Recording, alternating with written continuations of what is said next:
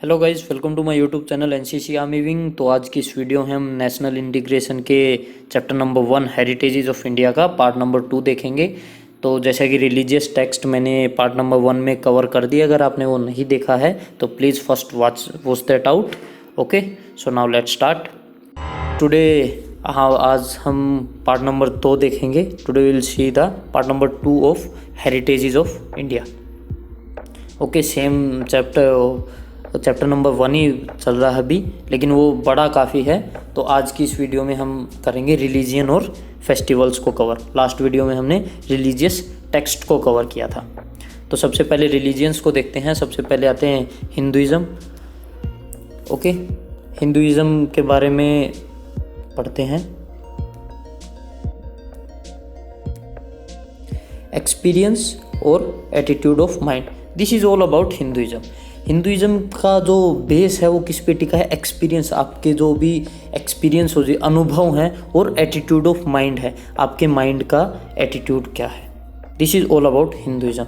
It is consciousness of ultimate reality, यानी जो ultimate reality है, जिसको सच के बराबर माना गया है, तो उसके बारे में आप कितने कॉन्शियस हो, जो हकीकत में हो रहा है उसके बारे में कितने कॉन्शियस हो। तो हमारा हिंदुइज़्म मोस्टली इसी के ऊपर फोकस करता है। Man aware of God through experiences, जो इंसान है वो भगवान के बारे में अपने एक्सपीरियंसेस के थ्रू अवेयर होता है। Okay, the source of Hindu thought is about Vedas, जैसे कि हमने रिलीजियस टेक्स्ट की वीडियो में इसको कवर भी किया था। वेदास क्या है? ओके, तो क्या आप मेरे को बता सकते हैं कमेंट बॉक्स में लिख के कि 4 में से ऐसा कौन सा वेदा है जिसमें मेडिसिन्स के बारे में, दवाइयों के बारे में, मेडिकल साइंस के बारे में बात की गई है? अगर आपको पता है तो then let me know in comment box.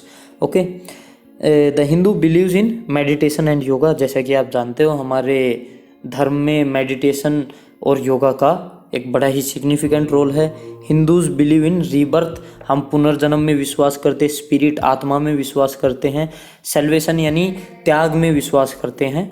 Okay, perfection in life as per Hinduism is attend through the knowledge of truth, आपको जितनी सच के बारे में जानकारी होगी उतना ही आपकी लाइफ परफेक्ट होगी। मैं समझ सकता हूँ कि ये चीज़ें आप बस आपको ये इमेजिन ही करनी है। Okay, it is not scientific fact. मैं इसके साथ मेंशन करना it's a bit hard, impossible नहीं है, वो हार्ड है क्योंकि हमें वीडियोस भी क्रिस्प मैनर में रखनी है और ये चैप्टर्स बड़े बड़े हैं। तो and you have to study, इस पे क्वेश्चंस आते हैं। रिलीजियस टेक्स्ट पे, रिलीजियंस पे, फेस्टिवल्स में पे क्वेश्चंस पक्का आते हैं। Okay, knowledge of truth, the theory of Hinduism lays stress on bhakti, karma यानी आवर डीड्स, एंड रीबर्थ, जैसे कि मैंने बताया हम पुनर्जन्म में विश्वास रखते हैं हिंदुइज्म में। ओके, नेक्स्ट देखते हैं इस्लाम। इस्लाम की अगर हम बात करें, इस्लाम मीन्स सबमिशन टू अल्लाह, यानी अपने आप को समर्पित कर देना अल्लाह को, भगवान को, गॉड को। Okay okay, now question for you is कि जो इस्लाम की होली बुक है उसका नाम क्या है? Let me know in comment box. All the prophets from the Adam to Muhammad and the books revealed to them are regarded as religious heritages of Islam. जैसे हिंदुइज्म में पंडित होते हैं, ऐसे ही इस्लाम में प्रोफेट्स होते हैं। तो आदम भी एक बड़े ही जाने माने बड़े पुराने प्रोफेट रहे, और मोहम्मद जो ये माना जाता है कि जिनको गॉड ने वो रिलीजियस टेक्स्ट, मैं होली बुक का नाम नहीं लूँगा, उसको बताया था। ओके, तो उनका जितना भी लिखा है वो सबको इस्लाम में हेरिटेज, रिलीजियस हेरिटेज माना गया है। Okay, message of Quran to observe 5 times और prayer 5 times daily with a weekly Jumma prayer on Friday noon. Quran कहता है कि आपको हर रोज़ 5 प्रेयर करनी है और हफ्ते में फ्राइडे आफ्टरनून को जुम्मा प्रेयर करनी है। It is mentioned in the Quran. Although इसका आंसर मैंने इधर दे ही दिया है, religious text of Islam is Quran, पर कोई बात नहीं, आप लास्ट क्वेश्चन का आंसर बताइए मेरे को। They keep dawn to dusk fast for the purity of soul in the 9th month of Ramzan of Islamic year. Okay, Islamic year start होता है सितंबर से, जैसे ही जैसे कि जनवरी से जो ईयर स्टार्ट होता है वो हमारा ना तो हिंदूज़ का वो हिंदू ईयर है, हिंदू कैलेंडर उसके हिसाब से नहीं चलता है, वो क्रिश्चियंस चलते हैं। जैसे कि यूएसए और उस तरफ जो धर्म माना जाता है जो क्रिश्चियन है वो उसके हिसाब से कैलेंडर है। ओके, तो इस्लामिक कैलेंडर कब स्टार्ट होता है? सितंबर में। तो 9th मंथ ऑफ रमज़ान, उसको हम रमज़ान का महीना मानते हैं और उसमें सुबह से लेके शाम तक अपनी आत्मा की प्योरिटी, शुद्धता के लिए व्रत रखते हैं। मुस्लिम हु कैन अफोर्ड पे पिलग्रिमेज टू हज वंस इन अ लाइफ, जो अफोर्ड कर सकते हैं वो हज की यात्रा लाइफ में एक बार ज़रूर करनी चाहिए, ऐसा कुरान बोलती है। The Islamic teaching highlight the purity of life, charity to the poor and spread of brotherhood. Islamic teaching क्या बोलती है कि प्योरिटी ऑफ लाइफ, लाइफ में शुद्धता, चैरिटी टू द पुअर, गरीबों को दान देना, स्प्रेड ऑफ ब्रदरहुड, भाईचारे की भावना को बढ़ाना, ये सब कौन क्या बोलता है? इस्लाम धर्म। Okay, see how pure it is. और लेकिन कुछ धर्म के ठेकेदारों ने पूरा नक्शा ही चेंज कर दिया है, ऑल्दो वो अलग बात है, but see how pure it is, it's so beautiful. Islam came to India in 7th century around AD Anno Domini, correct me if I'm wrong। तो AD 601 से 700 के बीच में इस्लाम आया था। ओके, AD का मतलब जैसे कि हम देखें, हम ईयर चलते हैं in the from the year जिसमें जीसस क्राइस्ट का बर्थ हुआ, उनसे पहले वालों को बोलते हैं बिफोर कॉमन एरा, और उसके बाद के बोलते हैं कॉमन एरा या एडी। ओके, ये 0 थे, इससे पहले के ईयर उल्टे गिने जाते थे। फॉर एग्जांपल 800, तो नेक्स्ट ईयर होगा वो 799 होगा, ना कि 801। उससे नेक्स्ट ईयर जो होगा वो 798 होगा।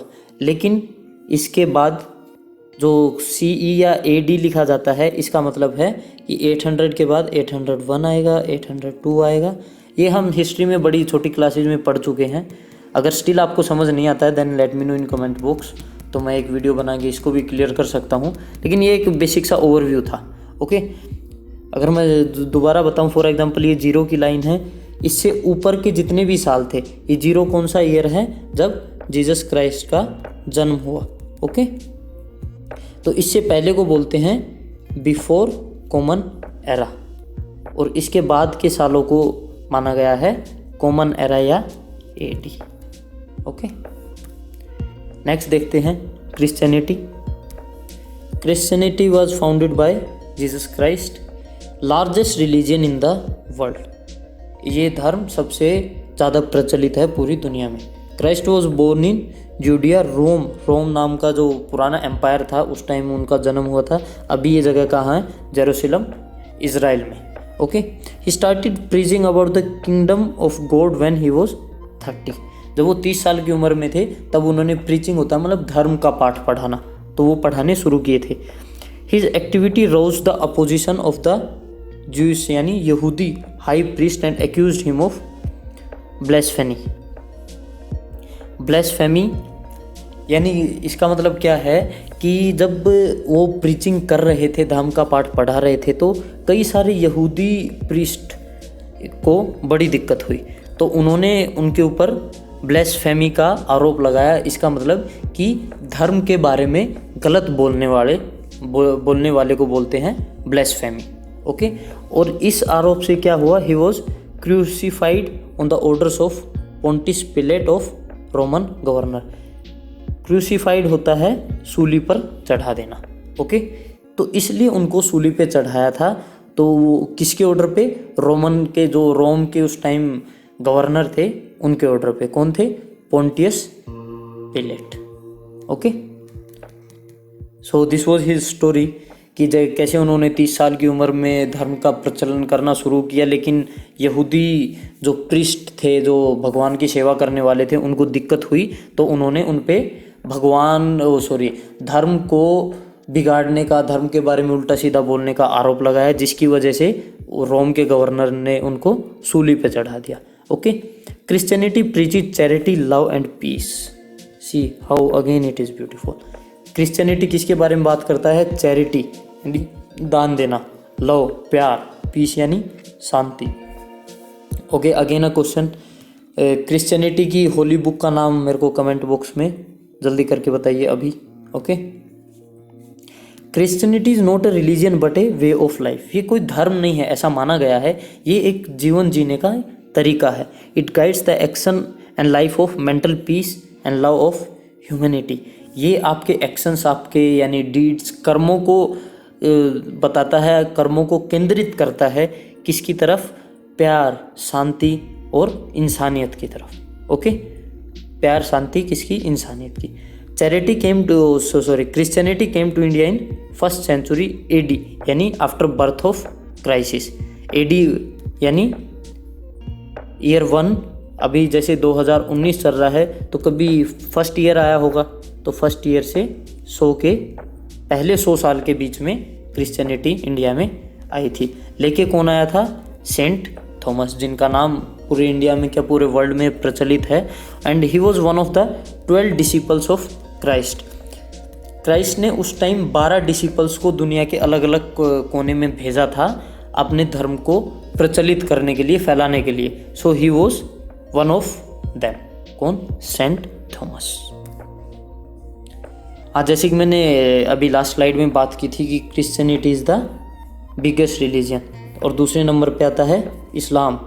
तीसरे नंबर पे वो लोग आते हैं जो एथीस्ट है, भगवान को मानते ही नहीं है, सेकुलर है। चौथे नंबर पे आता है हिंदुइज्म। पांचवे पे बुद्धिज़्म, चाइनीज़ का traditional religion, ethnic group. Okay, excluding some of the separate. Ethnic group होते हैं जो किसी एक चीज़ को मानने वाले होते हैं।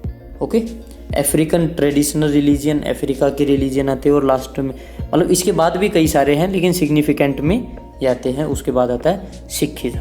ओके, लगभग 33% पॉपुलेशन वो क्रिश्चियनिटी मानती है। 24.1% of the world, not of India, of the world. Okay, दुनिया की 60% सेकुलर है, 15% पूरी दुनिया में हिंदू हैं। ओके, चलो आगे देखते हैं। Next is Jainism. Derive its name from Jain the conqueror. Conqueror होता है जीतने वाला, विजय पाने वाला। ओके, महावीरा ये थे धर्म के फाउंडर, जैनिज्म के founder. Belong to a princely family in Vaishali. Vaishali कहाँ पे है? बिहार में। उस टाइम, अभी जहाँ बिहार है उस टाइम पे एक किंगडम हुआ करता था वैशाली, तो उस राजा के परिवार से थे Mahavir. Okay, Jainism was establish in 8th century BCE। BCE जैसे मैं रिसेंटली भी हमने जिक्र किया, BCE यानी बिफोर कॉमन एरा, यानी जीसस क्राइस्ट के बर्थ से पहले की ईयर है ये। ओके, देखो जैसे मैं बता रहा था उसमें काउंट उल्टी चलती थी, 800 to 701। तो वो कैसे था? जैसे अभी माइनस की काउंटिंग होती है ना हमारी, जैसे इधर से -1 होता है, -2, -3, -4, लेकिन इनकी वैल्यू ऊपर की तरफ घटती जाती है इन द सेम मैनर। इसी मैनर में क्या होता था उस टाइम, जैसे ये 0 है तो यहाँ फॉर एग्जांपल 800 की बात चल रही है तो 800 ऊपर रहता था, उसके बाद आता था 799, 798, ऐसे करके 0 तक आए, फिर इधर से शुरू हुआ 1 2 3 और अभी चल रहा है 2019। ओके, ये ऐसे डेट सेट की गई है। At the age of 30 Mahavira renounce the world and spend 12 year in the austerity, यानी तपस्या की उन्होंने फिर लगातार 12 साल। And meditation in search of truth, सच को जानने के लिए तपस्या की। रिनाउंस यानी उन्होंने दुनिया से अपना रिश्ता नाता छोड़ दिया था। At the age of 47 while meditating he received enlightenment. ऐसा माना जाता है कि 47 साल की उम्र में मेडिटेट करते करते उनको एनलाइटमेंट प्राप्त हो गया था। ओके, तो there is no any significant procedure कि कैसे प्राप्त होता है, प्राप्त होने के बाद क्या होता है, but it is mentioned, so we have to study. As per Jainism teaching, anger, pride, deception and greed must be counteracted by 10 best virtues. Jainism क्या कहता है कि एंगर, गुस्सा, प्राइड यानी किसी चीज़ के ऊपर अहंकार कर लेना या किसी चीज़ पे गर्व कर लेना। डिसेप्शन धोखा, ग्रीड लालच, इन सब को हमें काउंटरैक्ट करना है, यानी इन सब से ऊपर जाना है और क्या अचीव करना है। फॉरगिवनेस क्षमा, ह्यूमिलिटी विनम्रता, स्ट्रेट फॉरवर्डनेस सीधेपन, कंटेंटमेंट संतोष, ट्रूथफुलनेस सच्चाई, रेस्ट्रेंट संयम, ऑस्ट्रिसिटी तपस्या, प्योरिटी पवित्रता, चेस्टिटी शुद्धता एंड रिन्यूसिएशन मीन्स त्याग। यानी जैनिज्म क्या बोलता है, जो गुस्सा है, प्राइड है, धोखा है, ग्रीड है, लालच है, इन सब को हमें काउंटरैक्ट करना है। किससे? क्षमा, विनम्रता, सीधापन, संतोष, सच्चाई, संयम, तपस्या, पवित्रता, चेस्टिटी शुद्धता, ओके, त्याग, इन सब से, यानी इनको अचीव करना है और इनको छोड़ना है। Okay, to destroy karma, a monk has to bear all the troubles that might cause him pain. It is pure meditation which ultimately leads to liberation. Okay, Karma यानी जो आपके डीड्स हैं, आपके कर्म हैं, आपके काम हैं, ओके, उनको ख़त्म करने के लिए एक मोंक, एक साधु को कई सारी तपस्या, कई सारी ट्रबल्स यानी कई सारी मुश्किलों से गुजरना पड़ता है, जो आपको खूब पेन देती है, मानसिक तौर पे भी, फिजिकल तौर पे भी। लेकिन यही प्योर मेडिटेशन बताई गई है जैनिज्म में। ओके, जो लास्ट में लिबरेट करेगी आपको, हर चीज़ से आज़ादी देगी। ओके, नेक्स्ट आते हैं Buddhism. Buddhism was found by Gautam Buddha और son of Indian Prince Suddhodan. ये भारत के एक राजा सुधोधन नाम के राजा के बेटे थे, जिनका नाम था Gautam Buddha. Buddhism originate in 5th century BCE। Okay, I hope अभी ये चीज़ क्लियर है आपको, BCE, CE और AD। The sorrow and the suffering of the world tormented his heart and he abandoned his house and started his pursuit for the enlightenment। Okay, जो दुनिया के दुख दर्द है, इनसे वो परेशान हो गए थे, इन सब ने उनके हार्ट को बड़ा सताया। ओके, और उन्होंने फिर घर छोड़ दिया, किसके परस्यूट में, किसकी चाह में, किसको पाने के लिए? एनलाइटमेंट पाने के लिए। ओके, गौतमा फाउंड एनलाइटमेंट, इनको एनलाइटमेंट मिला कहाँ? जब वो मेडिटेट कर रहे थे एक पीपल के पेड़ के नीचे एट द एज ऑफ 42 साल की उम्र में इनको एनलाइटमेंट प्राप्त हुआ। Okay, Buddha preached that emancipation, मुक्ति from the cycle of rebirth, जिसको निर्वाण बोला गया है, can be attained by the path of self purification with the doctrine of love and mercy. Buddha क्या बोलते हैं? बुद्धा ने ये सिखाया, प्रीच यानी धर्म का पाठ पढ़ाया, क्या? इमेंसिपेशन यानी किसी मुक्ति पाना है, किससे? साइकिल ऑफ, जो हम बोलते हैं ना कि पुनर्जन्म होगा, अभी मरेंगे दूसरा जीवन मिलेगा, इस सब से मुक्ति पानी है, निर्वाण करना है इस सब का। ओके, निर्वाहन करना है। कैन बी अटेंड, और ये कैसे कर सकते हैं? By the path of self purification, खुद को, सेल्फ को प्योरीफाई करके। कैसे प्योरीफाई करके? By the doctrine of love and mercy, दया और प्यार की डॉक्ट्रिन को पाके या उस पर चल के। ओके, डॉक्ट्रिन वैसे तो बोलते हैं एक डॉक्यूमेंट को जिसमें किसी भी XYZ चीज़ के बारे में लिखा होता है, तो in the same manner. Okay, Buddhism is a religion of kindness, humanity and equality. Buddhism kindness यानी दया का, ह्यूमैनिटी इंसानियत का, और इक्वलिटी यानी समानता का एक धर्म है। It denounces all the claims of superiority on the grounds of birth और कास्ट। ये उन सब क्लेम्स को बिल्कुल नहीं मानता है जिनसे किसी भी इंसान की सुपीरियरिटी यानी सीनियर जूनियर यानी ऊपर नीचे का जो लेवल तय होता है, किसके बेसिस पे? बर्थ और कास्ट के बेसिस पे। जैसे कि अगर राजा का बेटे, अगर किसी लड़के ने राजा के घर जन्म लिया तो वो राजा का बेटा हो गया। ओके, वहीं पे किसी ने किसी किसान के घर में जन्म लिया तो किसान का बेटा हो गया। तो उनके बीच का गैप बुद्धिज़्म नहीं मानता है। ओके, कोई भी बर्थ और कास्ट के बेसिस पे वो डिस्क्रिमिनेशन या डिफरेंस नहीं मानते हैं। Next is Sikhism. सिखिज़म की अगर हम बात करें तो सिखिज़म के original guru imparted him message to his disciple Nanak. ऐसा माना जाता है कि जो सिखों के भगवान ने जो सिखिज़म के मैसेजेस हैं वो किनको दिए, अपने डिसिपल, अपने स्टूडेंट, जो कौन थे, गुरु नानक, हु है absorb the divine spirit, Divya आत्मा, and become the Guru himself, जिन्होंने दिव्य आत्मा को एब्जॉर्ब किया और खुद गुरु बन गए सिखिज़म के। The message is known as Gurmat. Okay, उस मैसेज को बोलते हैं Gurmat. He who follows the teaching of Gurmat is pure person and is known as Sikh.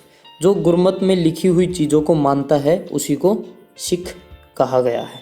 Okay, the same spirit was pass to the successive gurus and ultimately the divine spirit has been passed on the sacred script the Guru Granth Sahib. Same preachings next गुरु को मिलती गई और जो अंत में लिखा गया किसमें, गुरु ग्रंथ साहिब में। Okay, the teaching of Sikhism says that God is one, भगवान एक है। सिखिज़म क्या बोलता है, भगवान एक है। इक्वलिटी इन सोसाइटी, सोसाइटी में समानता, and leading a life of purity are important. एक प्योर पवित्र जीवन जीना, इक्वलिटी यानी सोसाइटी, समाज में समानता और भगवान एक है, ये कुछ एक टीचिंग्स थी सिखिज़म की। Okay, the institution of gurdwara and common kitchen langar are noble example of equality. ये इक्वलिटी के सबसे बेस्ट एग्जाम्पल हैं। ओके, गुरुद्वारा जहाँ पे हर कास्ट का आदमी जाके अपनी पूजा पाठ कर सकता है। ओके, कॉमन किचन, लंगर जैसे आप जब जानते ही हैं कि गुरुद्वारे में लंगर होता ही होता है। तो these are the best examples of equality in Sikhism. Sikhism is a religious which was establish in 15th century AD। Okay, 15th century AD का मतलब है कि अराउंड ऑफ 1401 से लेके 1500 के बीच में सिखिज़म एस्टेब्लिश हुआ था। So that's all from my side about the religions. हम फेस्टिवल्स की और वो फेस्टिवल्स में नेक्स्ट वीडियो में पढ़ेंगे। ओके, जैसा कि मैंने बताया था, आपके पास अगर प्रीवियस ईयर क्वेश्चंस पेपर हैं अपने ग्रुप के तो आप मेरे को nccindianarmywing@gmail.com पे प्लीज़ सेंड कर सकते हैं। तो देन प्लीज़ सेंड मी, और आप मेरे ब्लॉग को विजिट कर सकते हो armywing@ncc.blogspot.in। ओके, थैंक यू, जय हिंद।